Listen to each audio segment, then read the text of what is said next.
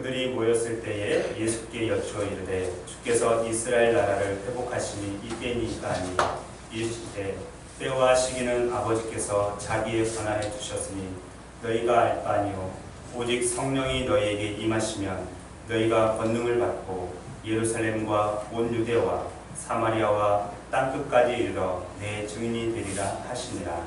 아멘. 오늘도 지난주에 이어서 땅끝까지 이르러 온 증인들 2라는 제목으로 함께 은혜를 나눠보도록 하겠습니다. 예루살렘에서 시작된 이 복음의 작은 글씨가 예루살렘 온 유대와 사마리아로 번져 나갔습니다. 당시에 아시아라고 불렸던 터키와 지중해 연안 그리고 아프리카로 복음이 퍼지게 되었습니다. 그리고 그리스와 로마를 통해서 전 유럽으로 복음이 퍼지게 되었습니다. 그리고 유럽에서 오랫동안 타올랐던 이 복음의 불길이 아메리카로 번져갑니다. 그리고 북아메리카와 남아메리카에 복음의 불길이 번집니다. 그리고 다시 그 복음이 아메리카에서 중국으로, 중국에서 일본으로, 일본에서 중국의 변방이라고 그렇게 알려졌던, 그리고 불모지와 같았던, 아무런 희망도 소망도 없었던 이 미지의 땅 조선에까지 복음이 편만하게 퍼지게 되었습니다. 지난주에 한 선교사님을 소개해드렸는데 그 선교사님 이름이 뭔지 기억이 나세요? 선교사님은 아니고요. 토자로 시작하는데 솔로몬? 네. 이럴 때 그래요. 자, 주의가 정확히 얘기했는데 토마스 선교사님이에요. 토마스 선교사님이 복음을 들고 들어왔다가 대동강변에서 조선 군인한테 잡혀서 목이 잘려지는 참수형을 당했어요.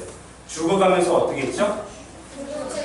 성경을 주면서 야소를 믿으시오. 야소는 예수님이라는 뜻인 거예요. 예수님이라는 뜻입니다.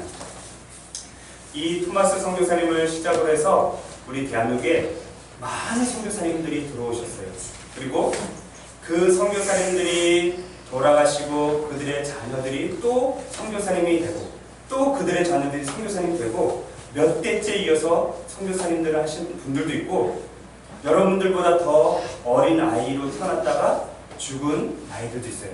그런 사람들을 한꺼번에 다 모아서 서울에 있는 양화진에 외국인 선교사 묘원을 만들어 놨습니다.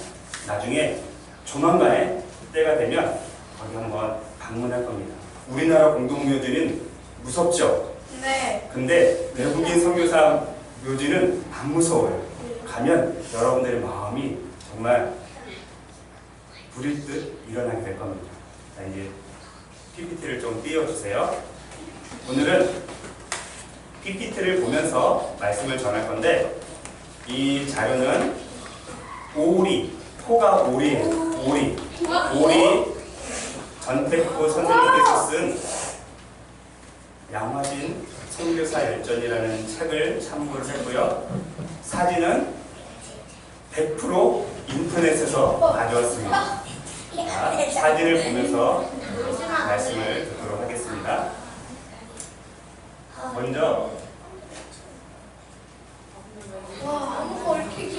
먼저 근대 교육의 개척자라고 불렸던 아펜젤러 선교사님 이야기를 먼저 해보도록 하겠습니다.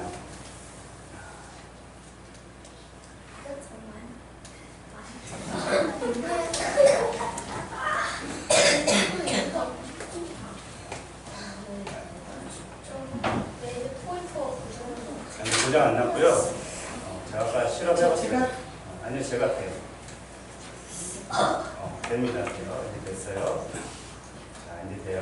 자, 왼쪽에 있는 분이 아펜젤러 선교사님이시고 오른쪽에 있는 분이 원더우드 선교사님이에요. 먼저 아펜젤러 아펜젤러 선교사님을 먼저 살펴본다고 했죠. 인천에 가면 이런 탑이 있어요. 선교 100주년 기념 탑인데 앞에 있는 분이 원도우드 선교사님, 뒤에 있는 분이 아펜젤러 선교사님.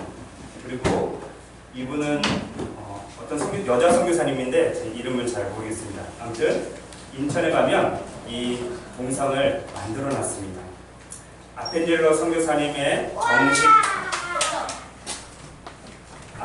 선교사님의 정식 이름은 헨리 게하르트 아펜젤러예요. 헨리 게하르트 아펜젤러. 이름이 너무 길고 어려워요. 그래서 그냥 아펜젤러로만 부르도록 하겠습니다. 아펜젤러 선교사님이 1858년에 미국 펜실베니아 주에서 농부의 아들로, 가난한 농부의 아들로 태어났어요. 근데 이름에서 보면 아까 헨리 게하르트 아펜젤러라고 했죠. 게하르트, 헨리 이런 이름이 들어가면 독일에서 왔다는 게 좀 나오죠. 그래서 이 조상들은 독일계 사람들이에요. 그래서 언제인지 모르겠지만 독일에서 미국으로 이민을 와서 거기에 정착해서 살고 있었어요. 이 아펜젤러 선교사님이 1882년도에 드마샬이라는 대학교에 진학을 한다. 드마샬. 그리고 졸업을 한 다음에 뚜루라는 신학교에 입학을 합니다. 원래 우리나라 발음으로 두루라고 하는데 미국 사람들은 뚜루라고 해요. 뚜루 신학교에 입학을 하고 이 신학교에 졸업하기도 전에 이 옆에 있는 분이 아내인데요.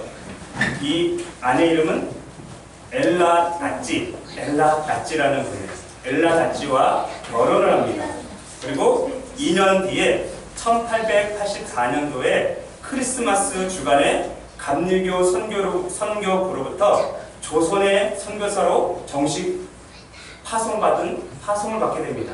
당신은 이제 조선 땅으로 복음을 들고 가시오 라고 그렇게 파송을 받게 됩니다. 그리고 그 다음에 1885년 1월 달에 두루 신학교를 졸업합니다. 이제 아펜젤러 선교사님은 결혼과 동시에 신학교 졸업장을 가지고 즉시 조선으로 가는 배에 올라탑니다. 샌프란시스코에서 조선행 배를 기다리면서 거기서 목사 안수를 받아요. 그리고 그 다음날 아라빅이라는 이름의 배에 올라탑니다.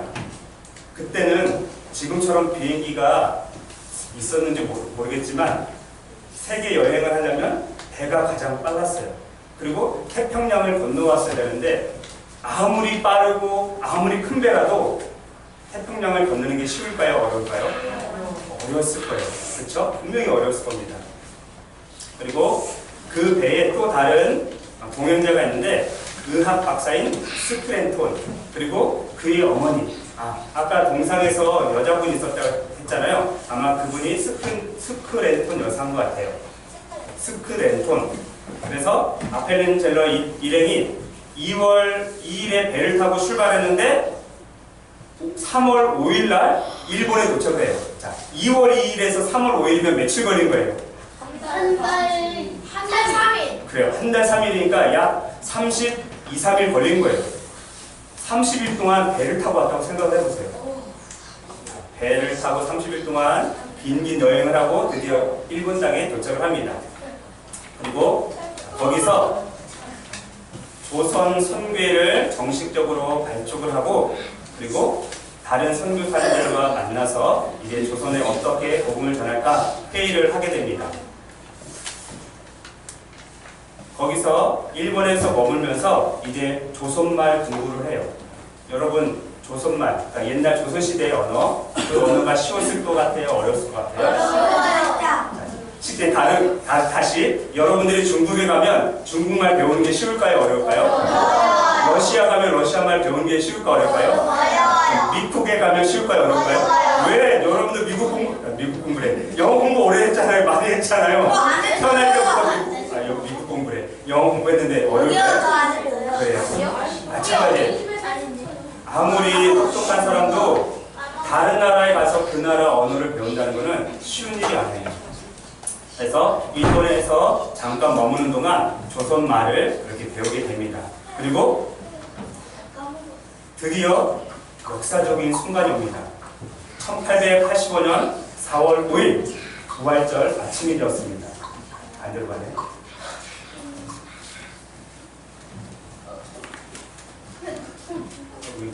너무 빨리 갔어요.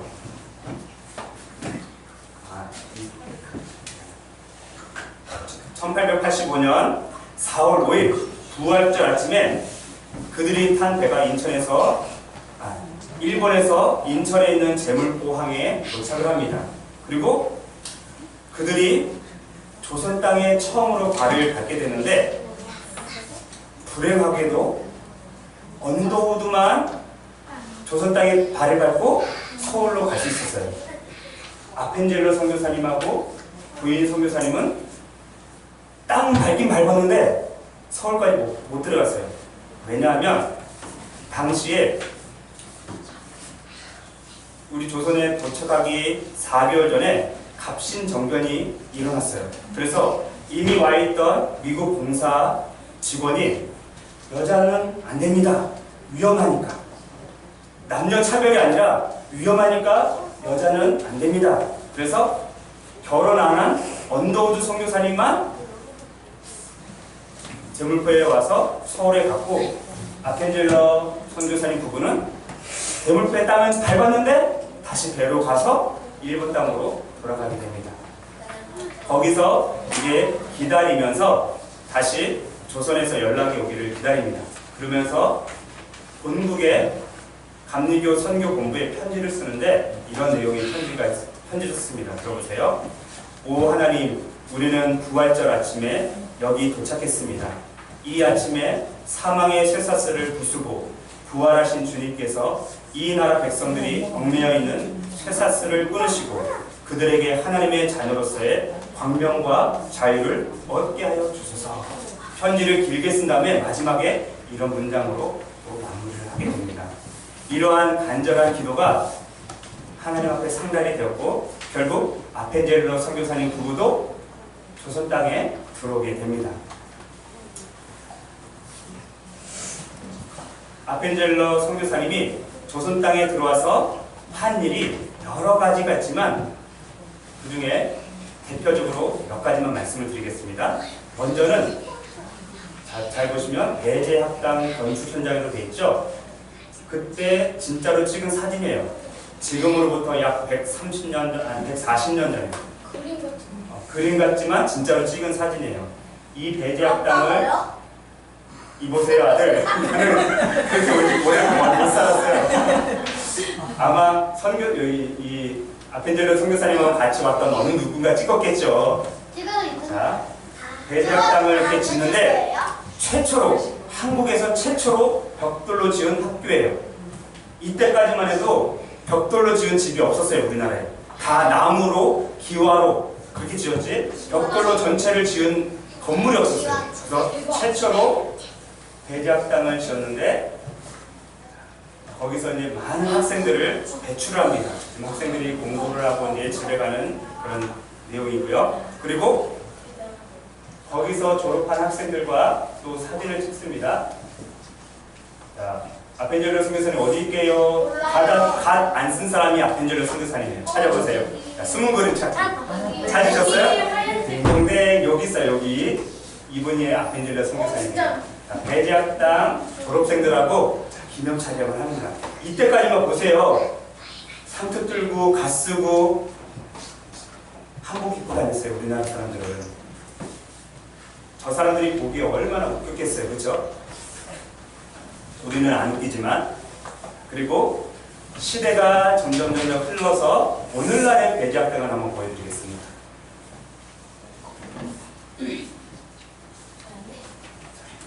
오늘날의 배제학당인데 우리 주희랑 찬이가 태어난 서울시 강동구에 가면 배제고등학교가 있어요.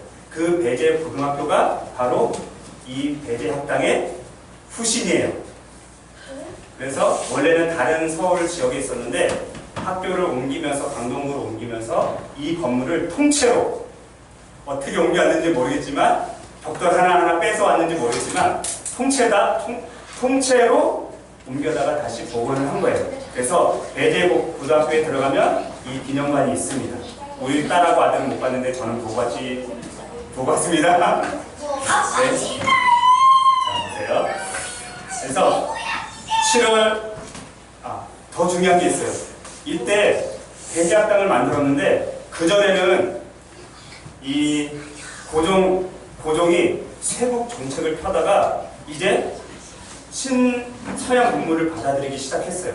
그래서 이 배재학당 건물을 짓는 것도 허락을 해줬고, 친히 형판을 써줬어요. 고종 황제가.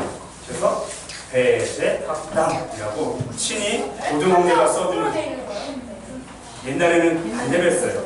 그래서 친히 이렇게 형판을 써주기도 했습니다.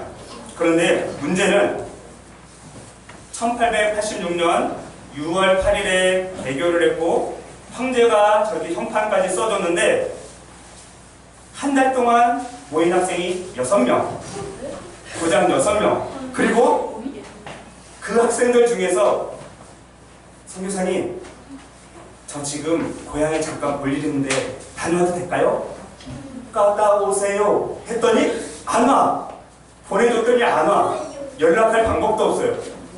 또 6월에 시작하고 7월 2일까지 날이 얼마나 더워요. 그렇죠? 그래서 어떤 학생이 선교사님, 우리 조선에서는 5, 6월 삼복 더위에는 너무 더워서 아무것도 하지 않습니다. 저 잠깐 쉬었다 올게요. 갔다 오세요. 그리고 안 와. 또 있어요. 어떤 학생이 선교사님, 저희 아버지가 돌아가셨는데요. 어떡하죠? 갔다 오세요. 그래서 또 안 와. 그렇게 시작했던 배재학당이 일이 넘어가는데, 그렇게 시작했던 배재학당이 이렇게 커서 지금은 배재중학교, 그 옆에 배재중학교가 있거든요. 배재고등학교, 그리고 어디 있는지 잘 모르겠지만 배재대학교도 있어요. 배재초등학교는 아니, 폐교가 아니라 기념관이라니까. 배재고등학교 옆에 이렇게 기념관을 옮겨서 놓은 겁니다. 배재초등학교는 제가 못 들어본 것 같아요. 또 그래서 이렇게 거듭거듭 발전을 했고, 두 번째는 교회를 세우는데, 교회 이름이 정동감리교회예요. 정동감리교회. 한번 우리나라 산을 보세요. 민둥산에다가 옆에 그나마 이 비과집은 좀 잘 사는 집 같아요. 마찬가지로 유일하게 벽돌 교회를 세운 거예요. 이때까지만 해도 아까 배재학당 그리고 정동제일교회, 정동교회가 유일하게 벽돌 지은 신식 건물이었습니다.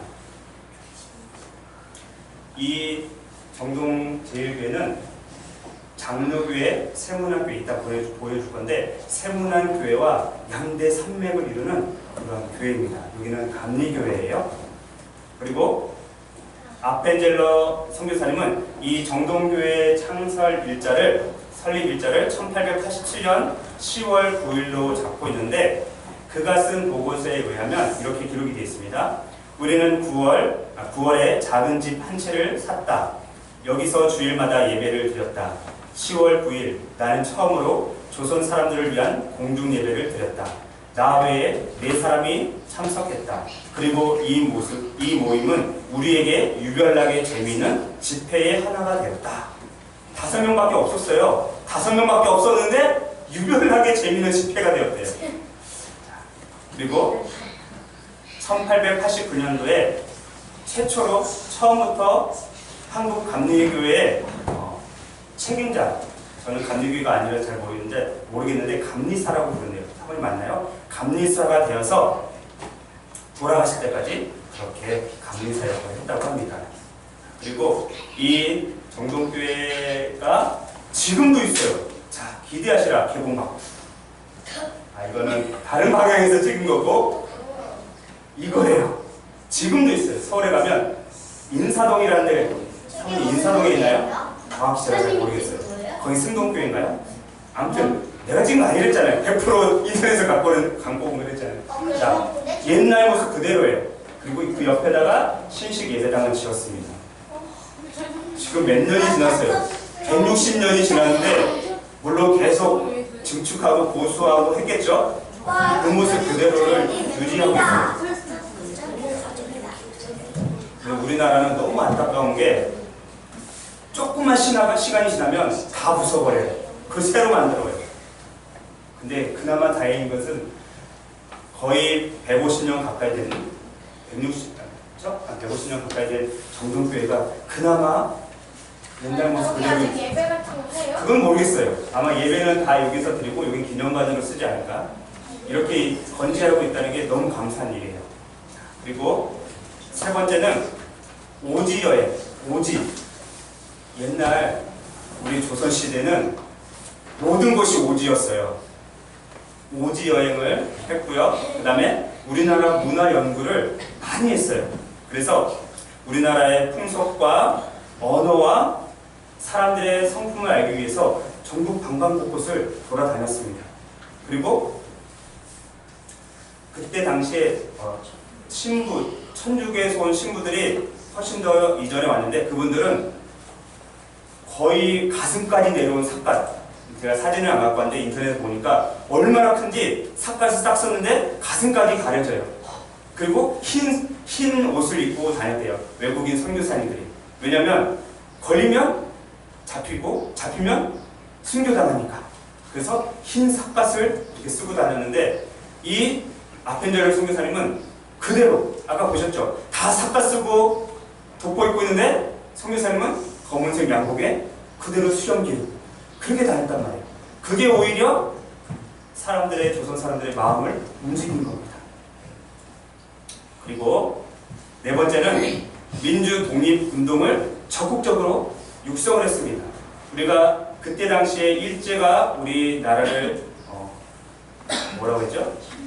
침략하고 또 감정을 하고 있었기 때문에 선교사님들도 복음을 제대로 전할 수가 없었어요. 근데 놀랍게도 이 정동교회에 모여서 이 아펜젤러 선교사님이 이 정동교회에 모여서 애국자들을 훈련시킨 겁니다. 그래서 거기서 매주 한 번씩 여기서 정기 집회가 열리고요. 여러분들이 들어봤을 만한 사람들 서재필, 문치호, 신흥우, 오금선, 여운영 이런 사람들이 다 여기 모여서 아펜젤러 선교사님한테 말씀 듣고 교육을 듣고 나라의 독립을 위해서 여기서 열심히 일을 했던 것입니다. 다섯 번째는 문서운동과 성경 번역이 있는데요. 한글로 번역된 성경이에요. 130년 전에. 그리고 여기는 아펜젤러 선교사님이 직접 쓴 일기예요. 일기. 그래서 이 문서운동과 성경 번역도 열심하셨는데 협성회보라는 회보도 발간을 했고요. 그 다음에 조선 그리스도인 회보라는 잡지도 발간을 했고 철로역정 그리고 3인 필지 이런 책들도 번역을 했습니다. 네, 우리 성경학교 때 보여줄 겁니다. 그동에서도 성경 번역이 탁월을 했는데 단독으로 혼자 마가복음 전체를 번역을 했습니다. 아펜젤러 선교사님이 혼자 마가복음 전체를 번역을 했습니다. 그리고 1890년에 언더우드 스크랜튼 선교사님과 함께 성경 번역위원회를 결성을 해서 성경 전체를 번역하려고 힘을 썼습니다. 그런데 안타깝게도 1902년에 다른 지역에 우리나라 다른 지역에서 성경 번역위원회가 열리고 있었는데 거기에 참석하려고 배를 타고 가다가 다른 배하고 부딪혔어요. 그래서 그 자리에서 배가 두동강이 나고 선교사님은 물에 빠져서 순교를 하고 말았습니다. 그때 나이가 45살. 그래서 아까 말씀드렸던 양화진에 가면 서울 양화진 가면 이 외국인 선교사 묘원에 이렇게 아펜젤러 선교사님의 묘가 있고 그 옆에는 부인 선교사님의 묘가 있습니다. 진짜요? 진짜예요, 있어요. 익사했는데 어떻게? 글쎄, 그러고 보니까 그러면 그 시체를 찾았는지 안 찾았는지 모르겠지만 아무튼 기념하기 위해서 기념 묘지를 만들어놨어요. 이 안에 진짜 시체가 있는지는 모르겠어요. 이거는 진짜 모르겠어요. 이번에는 한국 선교의 아버지라고 불리는 언더우드 선교사님에 대해서 말씀을 드리겠습니다. 어우, 잘생겼죠? 이런 사진은 아마 처음 볼 거예요. 자, 언더우드 선교사님도 이름이 길어요. 호러스 그랜트 언더우드예요. 호러스 그랜트 언더우드. 그래서 마찬가지로 언더우드만 부르겠습니다. 그리고 한국 이름도 있어요. 원우드. 원더우드를 그냥 발음 나는 대로 부르면 원우드가 돼요. 원우드가 한국 이름이에요. 자, 이거는 15살 때. 목사님보다 조금 덜 잘생겼지만 잘생겼다고 인정해줄게요. 잘생기긴 했네요. 그죠? 그리고 여기는 24살 때. 멋있죠? 24살 때. 1859년에 1859년 7월 19일에 영국 런던에서 6남매의 넷째 아들로 태어났어요. 그런데 5살 때 어머니가 돌아가십니다. 언더우드가 5살이 되던 해에 어머니가 돌아가셨어요. 그래서 아빠는 살아있고 아빠가 혼자 6남매를 키우다가 이 언더우드가 15살이죠? 13살 때 아빠가 자녀들을 데리고 미국으로 이민을 갑니다. 이민을 아니요, 자녀들을 데리고 갔다니까요. 13살 때. 그래서 미국에서 자라게 되는데 19살 때 뉴욕 대학에 입학을 했어요. 뉴욕 대학이 들어가기 쉬울까요? 어려울까요? 들어봐도 어려울 것 같죠? 뉴욕 대학. 들어봐도 어려울 것 같아요. 뉴욕 대학에 입학을 하고 4년 뒤에 졸업을 합니다. 그리고 1881년도에 매우 뛰어난 성적으로 졸업을 하고 졸업을 하자마자 뉴 브런스 위크라는 신학교에 입학을 합니다. 목사님이 되려면, 선교사가 되려면 신학교를 가야 되니까. 졸업하자마자 뉴 브런스 위크라는 신학교에 입학을 하고 1884년도에 졸업을 합니다. 아까 아펜젤러 언더우드 선교사님이 우리나라에 몇 년도에 왔다고요? 아니요. 1885년. 1년 전에 졸업을 한 거예요. 1884년도에 졸업을 하고 목사 안수를 받습니다. 목사가 된 뒤에 사실 언더우드는 조선으로 오려고 한 게 아니라 인도로 가려고 했어요. 인도에 복음을 전하고 인도에 잃어버린 영혼들을 구원하기 위해서 인도로 가려고 했는데 어느 날 한 음성을 듣습니다. 왜 너는 조선으로 가려고 하지 않는가? 하나님이 음성을 들려주셨는지 왜 너는 조선으로 가지 않으려고 하느냐? 이런 음성을 들은 겁니다. 그래서 조선? 내가 신학교 때 공부하다가 들어보긴 했는데 저기 중국이라는 땅에 조그맣게 달려있는 그 나라가 조선이라고 배웠는데, 그래서 그때부터 조선을 품고 기도하기 시작합니다. 그런데 아이러니하게도 미국 북장로교 선교부가 1884년 7월 28일에 언더우드를 조선의 초대 선교사로 정식으로 임명을 한 겁니다. 자기는 그냥 기도하고 마음에 다시 품고 기도하고 있었는데 선교부에서 너는 조선으로 가 하고 정식 선교사로 임명을 해버린 겁니다. 그래서 이제 영국으로 가서 친척들한테 인사하고 다시 미국으로 돌아옵니다. 그리고 샌프란시스코에서 1884년 12월 16일에 배를 타고 출발해요. 며칠 걸린다고요? 일본까지? 30일. 그렇지. 한 번에 조선까지 못 와요.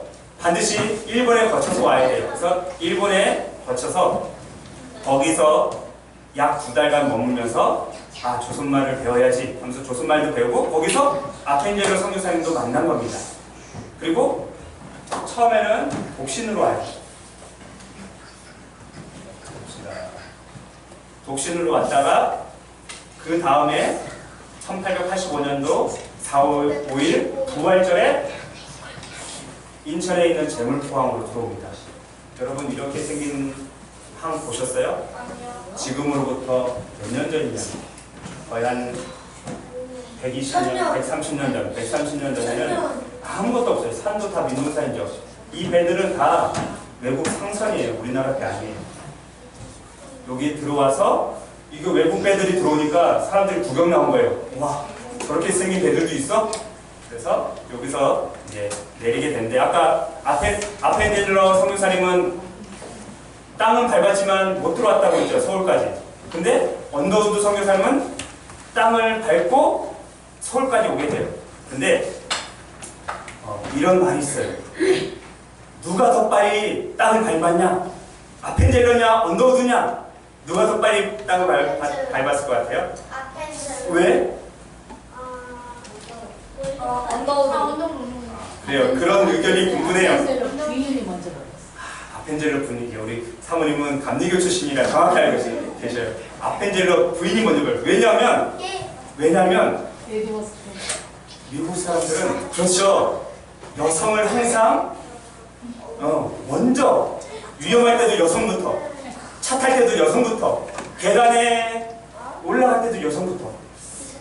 그래서 언더우드 선교사님, 아펜젤러 선교사님 부인이 먼저 밟고, 그러면 그 다음에 누가 내려왔을까요? 그렇죠. 아내가 내려오면 남편도 내려와야지. 언더우드 당신부터 내려와야지 이렇게 안 했을 거예요. 그래서 아펜젤러랑 선교사님 부인이 내려왔지만, 아까 그 세국적이 아니라 뭐였죠? 갑신정변 때문에 여성분들은 위험하니까 피해 계십시오 해서 다시 배를 탔고 언더우드 선교사님만 내려서 서울까지 들어간 겁니다. 자, 이제 헷갈리지 않으셔도 돼요. 자, 언더우드 선교사님은 처음 서울에 입성한 지 사흘 만에 알렌이라는 선교사님이 먼저 와서 왕실에서 의사로 있었거든요. 그래서 거기에 가서 병원에 가서 4일 만에 화학을 가르치고 물리학을 가르쳤어요. 이 언더우드 선교사님은 생긴 것도 잘생겼지만 머리도 엄청 똑똑했어요. 그래서 화학도 가르치고 물리학도 가르쳤습니다. 그리고 틈나는 대로 한글을 막 배워요. 그래서 1년 만에, 불과 1년 만에 조선말로 설교를 하고 조선말로 복음을 전하게 돼요. 그리고 1886년 2년이 지난 때부터 고아원을 세우고 고아학교를 창설합니다. 그리고 당시에 고아였던 한 아이를 언더우드 선교사님이 잘 보살펴 주어서 나중에 언더우드 선교사님의 비서가 되었고 언더우드 선교사님이 세운 최초의 교회인 세문안교회의 장로님까지 되셨어요. 사진이 있습니다. 24살 때 이 배를 타고 들어온 겁니다. 제물교회에 도착을 했죠. 봅시다. 그리고 이제 나라에서 아마 언더우드 선교사님한테 집을 이렇게 준 건지는 잘 모르겠지만 아무튼 멋진 한옥집에서 살게 됐고 여기서 이제 예배를 시작을 합니다. 그래서 예배를 시작해서 나중에 최초의 예배당이 세문안 교회로 되는 거예요. 이렇게 생긴 데서 최초로 예배를 드리게 됩니다. 아까 먼저 보여드렸던 이 집인지는 모르겠지만 아무튼 이게 최초의 세문안 교회의 전신입니다. 그리고 언더우드 선교사님은 결혼을 안 한 상태로 왔다고 했잖아요. 그래서 결혼 안 한 상태로 딱 미국 조선에 왔는데 어떤 아가씨를 보니까 사랑의 하트가 뿅뿅뿅뿅 나갔어요. 그 아가씨가 아까 홀튼이라는 그러한 여자 의사인데 광해원에서 2대 산부인과 과장으로 일하고 있었어요. 외국 여자니까 조선 사람들 얼마나 신기하겠어요. 그쵸? 여러분 다른 나라 사람들 오면 신기하죠? 안 신기해요? 나는 아직도 신기하던데? 저기 뭐야 놀이동산 가면 대부분 이렇게 외국 사람들이 이렇게 많이 하잖아요. 지금도 신기해요. 와, 어떻게 내 얼굴 왜 반반할까? 코는 어떻게 저렇게 뾰족할까? 지금도 신기한데 140년 전에 파란 눈동자에 코가 오똑하고 얼굴 하얀 사람. 조선 사람들은 그때 못 씻고 못 먹어서 다 지저분해 시큼했어요. 그러니 마음대로 이렇게 돌아다닐 수 없잖아요. 언더우드가 내가 정의의 사도가 되겠다 해서 이 홀튼 선교사님을 계속 보디가드를 해줍니다. 그래서 드디어 세문안교회 먼저 보여드릴게요. 최초의 세문안교회고 얼마 전까지 이렇게 생겼었어요. 서울에 가면 광화문이 있거든요. 광화문 앞에 세종로라고 있어요. 왜 세종로냐면 세종대왕 임금님 동상이 서 있고 그 앞에 이순신 장군이 지키고 있어요. 그래서 세종로라고 하는데 그 세종로 옆에 세종문화회관이 있어요. 그 바로 옆에 세문안교회가 있어요. 그런데 제가 이렇게 생길 때 딱 한 번 가봤어요. 근데 너무나도 안타깝게 정동교회는 옛날 모습 그대로 유지하고 있었잖아요. 세문안교회를 보시라. 멋있죠? 멋있지만 안타깝습니다. 칠갑다 반대로 같은 교회인데 이건 밤에 약간 어두울 때 찍은 거고 저도 이거 아직 못 봤어요. 한번 나중에 가봐야 될 것 같아요. 멋있긴 하지만 옛날 추억이 하나도 없어요. 물론 안에 가면은 뭐 원도우드 선교사님 차림도 있고 기념관도 다 있지만 옛날 모습이 없기 때문에 좀 마음은 안 좋습니다. 이렇게 바뀌었고요. 선교사님이 아까 릴리어스 홀튼이라는 여자 의사 선교사하고 결혼했는데 이걸 바꿔야 돼요. 자, 이렇게 생기신 분이에요.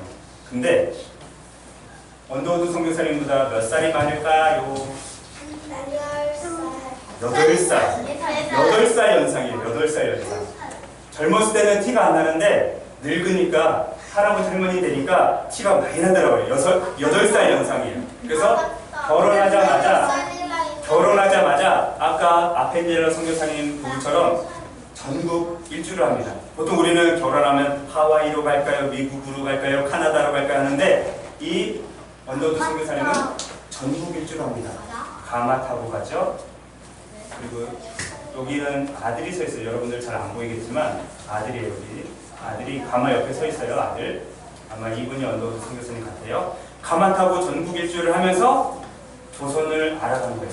조선 문화, 조선 언어, 조선의 그런 특성들을 알아가고 있습니다. 그래서 원도우드가 조선에 와서 한 일이 너무 많아요. 아펜젤러 선교사님보다 훨씬 많아요. 그래서 일일이 다 말할 수가 없어요. 시간도 없고. 근데 무엇보다 문명 퇴치와 성경 번역 그리고 고아 사업과 교육 사업, 병원 사업도 했어요. 그래서 1889년 한국어 문법과 한영 사전을 편찬합니다. 가족 사진이죠. 한복을 입고 있는 아주 아름다운 남녀 부부입니다. 그렇죠? 그리고 1897년에 그리스도 신문이라는 신문을 발간을 하고요. 이게 이제 한영 사전이에요. 다 원도우드 선교사님이 직접 만든 거고요. 이 그리스도 신문이 예수님을 믿는 그리스도인들도 뭐 그리스도인들도 봤지만 안 믿는 사람들도 봤어요. 그리고 심지어는 왕실에서까지 돈을 들여서 이 신문을 사오라고 시켰어요. 그 정도로 아주 잘 만든 신문입니다. 그리고 이 원도우드 선교사님이 또 아주 위대한 일을 했는데 뭐냐면 여러분들 명성황후 아세요? 들어는 봤나요? 명성황후? 게임 캐릭터 이름만 알지 말고 우리 역사적인 인물 좀 합시다요.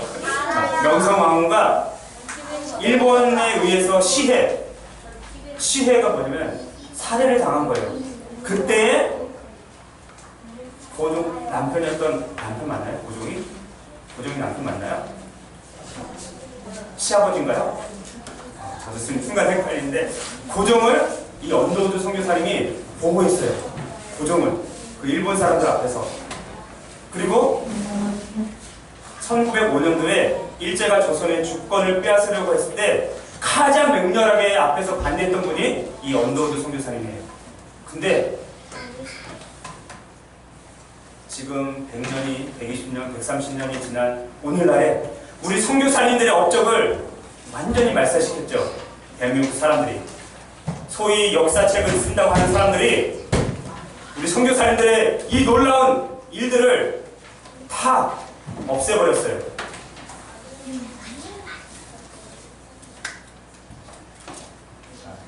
이때는 가운데 있는 분이 언더우드 선교사님인데 한글 성경을 번역한 거예요. 아까 아센젤로 선교사님은 마가복음만 번역을 했대잖아요. 언더우드 선교사님은 신구약 성경 전체를 번역했어요. 그리고 종로에 가면 YMCA라는 건물이 있거든요. 거기에 그 건물을 지었고 그 지하실에서 학생들을 가르쳤어요. 그래서 그 학교를 처음에 연희 전문학교라고 불렀어요. 연희 전문학교로 불렸는데 그게 점점점 커져서 이렇게 커졌어요. 아까 배지학당보다 훨씬 더 커졌어요. 그리고 점점 더 커져서 연세대학교가 됩니다. 연세대학교 안에 아직도 남아있어요. 이 연희 전문학교의 전신이 아직도 남아있어요. 이거는 지금 언더우드 기념관으로 쓰고 있고요. 조금 더 확대해서 보여드릴게요. 여기가 있고 연세대학교는 엄청 커져서 아마 사진을 전체 다 보여준다면 아마 이 정도는 될 거예요. 최소한 이 정도는. 그리고 이거뿐만 아니라 학교에서 바로 나오면 옆에 아주 큰 병원이 있습니다. 이름은 연세 세브란스 병원. 제가 조감도만 갖고 왔어요. 어마어마하고 커요, 병원이.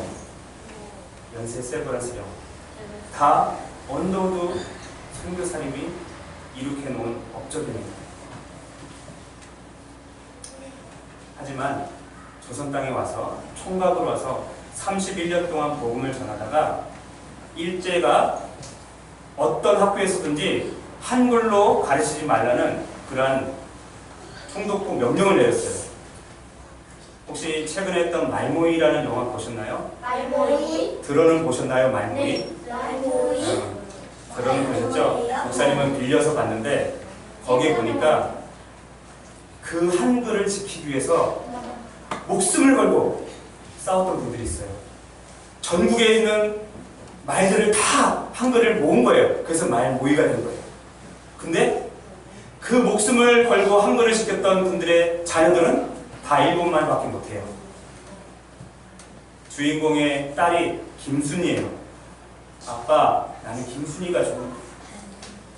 김순이가 좋아. 근데 학교에서는 한글로 하면 쫓겨나고 매맞고, 그래서 다른 친구들은 다 일본말로.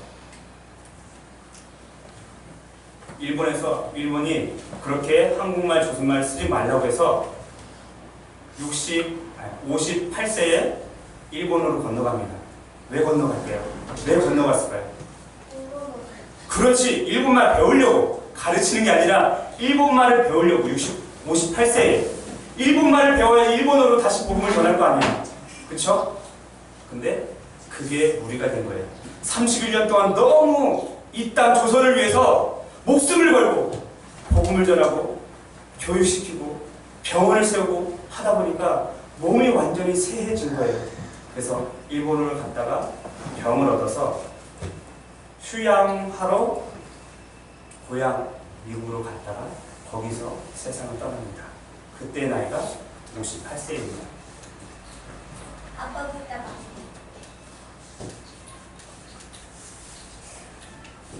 거의 말년에 찍은 사진 같아요. 이거는 아들이 것 같고요. 연세대학교 가면 이 사진이 걸려있을 겁니다. 하얀 양복 입은 언더우드 선교사님. 나중에 여러분들 중에 연세대학교를 가는 친구들이 있었으면 좋겠어요. 그래서 우리 연세대학교 투어합시다. 여러분들이 데려가면 더 잘 볼 거 아니에요, 그죠? 네. 목사님이 데려갈 수도 있지만 여러분들 중에 연세대학교를 가는 친구가 있으면 우리 학교 뭐가 오는 거야? 보세요.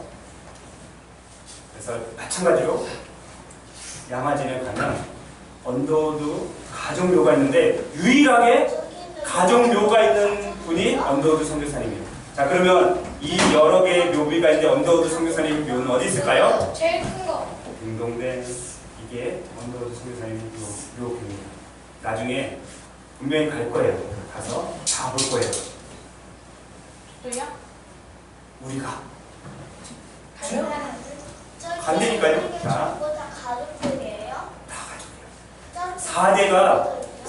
4대가 언더우드 목사님의 아들, 그 아들의 아들, 그 아들의 아들, 그 아들의 아들까지 4대가 한국에서 선교를 하고 죽어서 묻힌 거예요. 똑같이 생긴 거가 사진은 여기까지만 보여드리고요.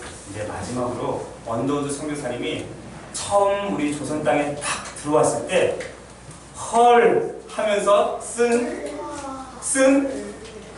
글이 있어요. 여러분들 헐 하면서 한번 들어보세요. 자, 헐이라는 단어에 모든 게 다 커버가 되죠? 주여, 지금은 아무것도 보이지 않습니다. 주님, 메마르고 가난한 땅, 나무 한 그루 시원하게 자라오르지 못하고 있는 땅에 저희들을 옮겨와 심으셨습니다. 그 넓은 태평양을 어떻게 건너왔는지 그 사실이 기적입니다. 주께서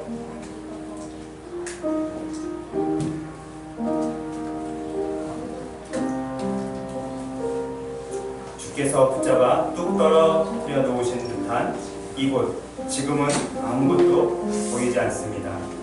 보이는 것은 고집스럽게 얼룩진 어둠뿐입니다. 어둠과 가난과 인습에 묶여있는 조선 사람뿐입니다. 그들은 왜 묶여있는지도 고통이라는 것도 모르고 있습니다. 고통을 고통인 줄 모르는 자에게 고통을 벗겨주겠다고 하면 의심하고 화부 터냅니다. 조선 남자들의 속셈이 보이지 않습니다. 이 나라 조정의 내심도 보이지 않습니다. 가마를 타고 다니는 여자들을 영영 볼 기회가 없으면 어쩌나 합니다. 조선의 마음이 보이지 않습니다. 그리고 저희가 해야 할 일이 보이지 않습니다. 그러나 주님, 순종하겠습니다.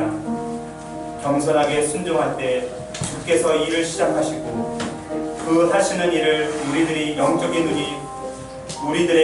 눈이 볼 수 있는 날이 있을 줄 믿나이다. 믿음은 바라는 것들의 실상이요 보지 못하는 것들의 증거니 라고 하신 말씀을 따라 조선의 믿음의 앞날을 볼 수 있게 될 것을 믿습니다. 지금은 우리가 황무지 위에 맨손으로 서 있는 것 같사오나 지금은 우리가 서양 귀신 양귀자라고 손가락질을 받고 있사오나 저희들이 우리 영혼과 하나인 것을 깨닫고 하늘나라의 한 백성, 한 자녀임을 알고 눈물로 기뻐할 날이 있음을 믿나이다.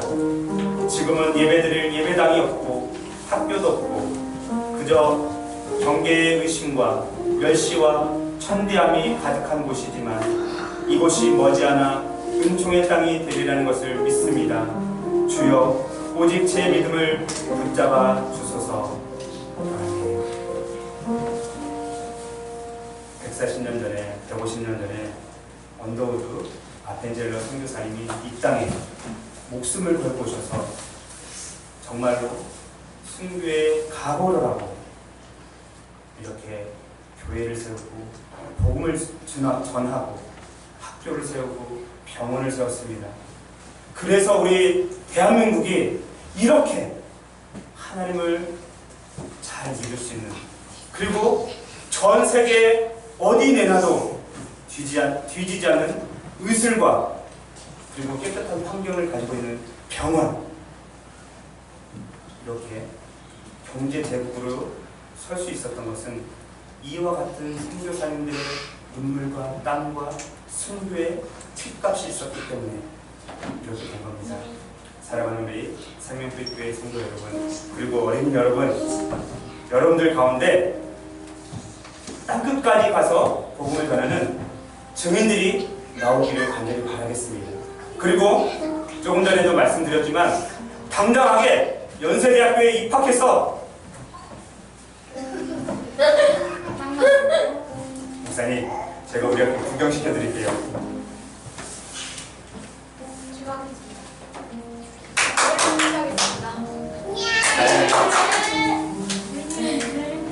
좋습니다. 그러한 분들이 많이 나오기를 간절히 바라겠습니다. 기도하겠습니다.